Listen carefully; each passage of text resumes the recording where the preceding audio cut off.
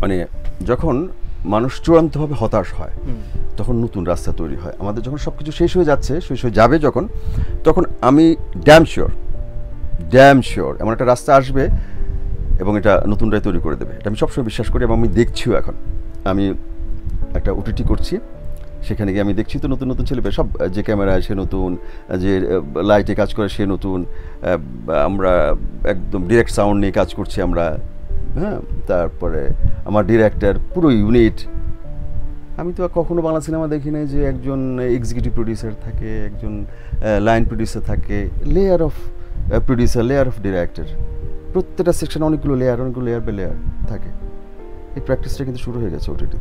এই ছেলেপুলো কিন্তু সিনেমা বানাবে ওটিটিতে, যারা পরীক্ষিত হয়ে যাবে এরা মাস্ট সিনেমা বানাবে। আর এখন সিনেমার জন্য শুধু হল দরকার নাই তো, মানে অবশ্যই হলের বিকল্প নাই আমি বলছি না, হলের বাইরেও আমি যখন একটা প্ল্যাটফর্মে দেবো, স্ট্রিমিং প্ল্যাটফর্মে দেবো, আমি যখন ওয়ার্ল্ড ওয়াইড স্ক্রিনিং করব, আরও প্রচুর মিডিয়া আছে, সোশ্যাল মিডিয়া প্রচুর স্কোপ আছে আমার ছবিটাকে পৃথিবীর সব জায়গায় নিয়ে যাওয়ার জন্য।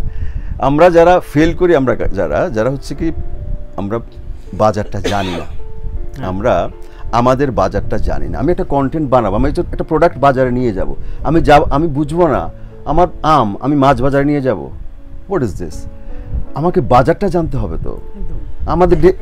আমাদের যারা ডিরেক্টর ওনারা বলেন আমি বাজার জানবো কেন? ওকে ফাইন, অসুবিধা নেই, ডিরেক্টর বাজার জানার দরকার নেই, তাহলে তার কাজটা করো, প্রডিউসার তাকে বেছে নাও যে বাজার বোঝে। আপনি বাজার বোঝেন না, তাহলে এই কাজটা আপনি প্রোডাক্ট